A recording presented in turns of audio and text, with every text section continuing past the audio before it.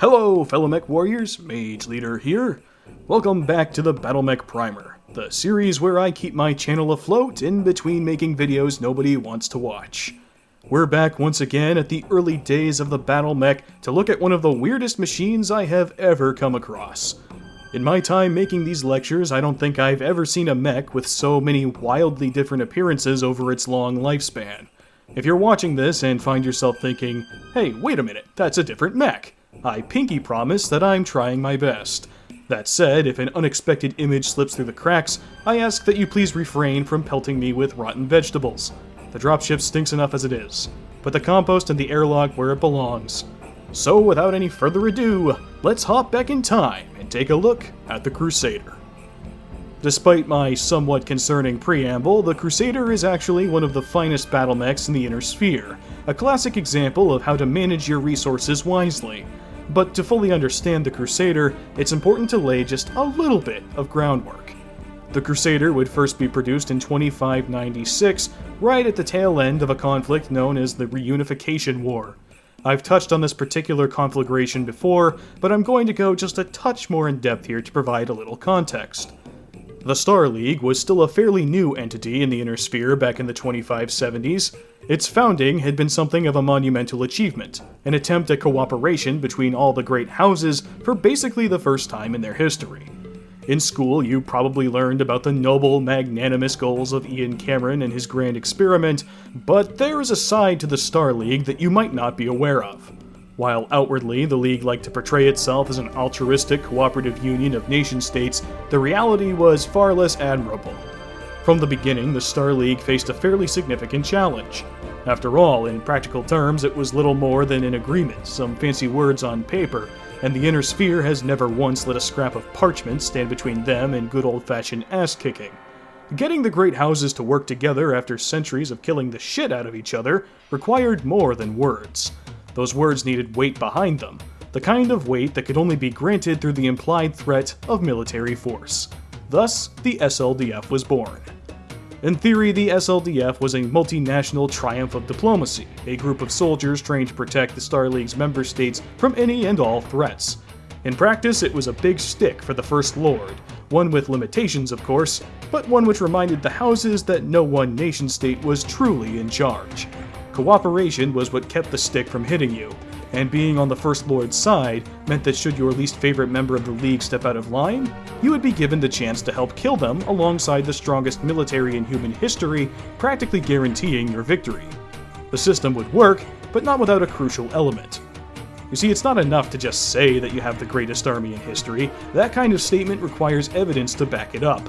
And that meant that the shiny new SLDF first needed to prove itself in order to be used in its intended function. The problem? Well, the Star League had already unified the biggest armies available under its care, and while they could easily have concocted a reason to invade one of their member states, they cared enough about optics to look elsewhere. Fortunately, there was a convenient boogeyman located just next door, the Periphery. The Periphery had been wary of the Star League ever since its inception, and for good reason. Star League required compliance. The Periphery didn't even know what that word meant. At some point, the difference in ideals was surely to cause trouble, and nations like the League tended to get greedy. It was no surprise that they invaded in 2577 under the guise of incorporating the Periphery into their enlightened culture. What was a surprise, however, was how poorly the invasion went. In a classic twist of fate, the Star League wandered into the Periphery expecting an easy victory. After all, they had the best soldiers, the biggest numbers, the greatest technology. There was absolutely no way the scattered little Periphery nations could hope to stand against them. But there was one thing the SLDF didn't count on. The Periphery is built different. It is comprised almost entirely of crazy motherfuckers who think such things as common amenities, supreme authority, and personal hygiene are all symbols of tyranny. They live in conditions that range from decent to outright horrid, all in the interest of not being told what the fuck to do. People who are willing to brave the unknown reaches of space and live on the planets nobody else wanted just to be left alone tend to get a bit ornery when strangers come knocking. The Reunification War became a meat grinder, and the war that should have been over by Christmas would eventually take 2 decades to reach its conclusion. It would be costly for the SLDF, and this crucible would be the fire in which the Crusader was forged. By the time 2796 rolled around, the war had been dragging on for far too long.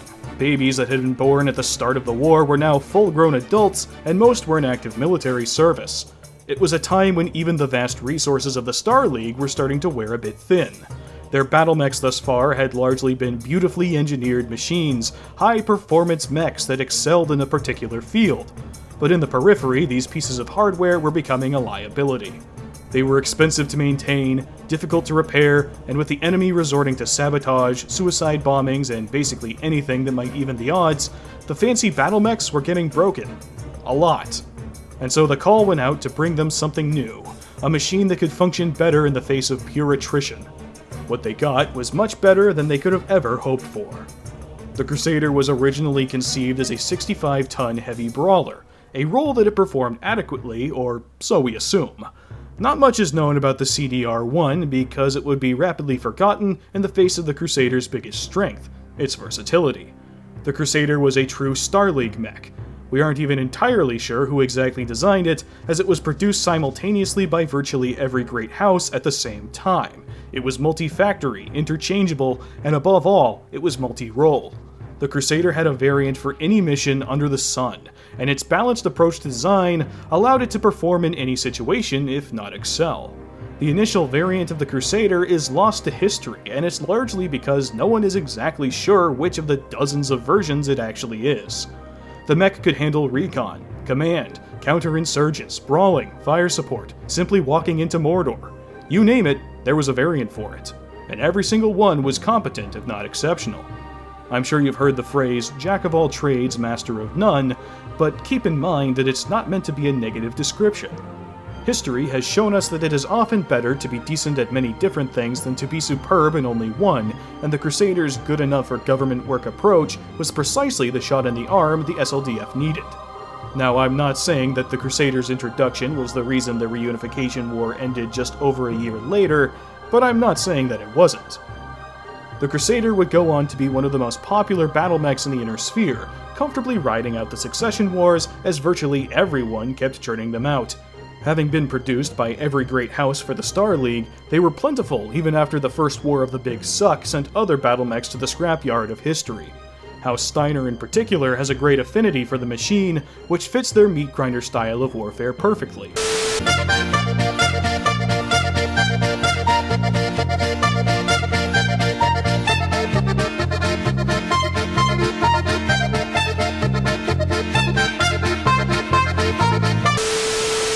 You can break their toys, but they've gotten so proficient at maintaining the things that they'll be back on the battlefield within 24 hours. That isn't hyperbole, by the way. They can literally take a Crusader from broken to battle-ready in a single day, a feat that even the Crab can't match. Of course, this endless usability isn't limited to the big players.